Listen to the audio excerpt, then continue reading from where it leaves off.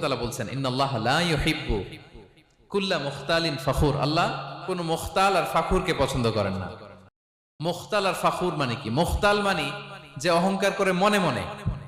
কিছু লোক আছে ভিতরে ভিতরে নিজের বড় মনে করে, বাইরে বলে না, বলার সাহস পায় না, কিন্তু ভিতরে ভিতরে ভাবে আমি কোন হনুরে। কি বলে? আমি কোন?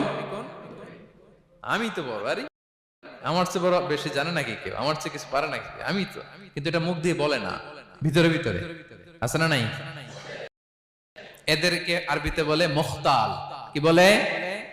মুখতাল। আরেকজন ফাখুর, সে শুধু ভিতরে না, এটা প্রকাশ্যে বলে বেড়ায়। এটা আরো ডেঞ্জারাস। ফাখুর সে আরো খারাপ, সে প্রকাশ্যে তার অহংকার প্রদর্শন করে, বলে বেড়ায় যে আমি বড়, আমি বড়, আমি বড়, আমি বড়। এই আমি বড় কথাটাই সবচেয়ে ভয়ঙ্কর।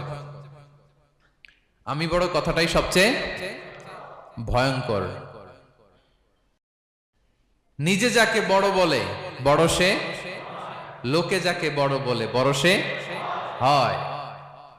আমার প্রিয় পেনাঙ্গের ভাইয়েরা, নিজেকে বড় মনে করা এটা শয়তানের স্বভাব। কার স্বভাব?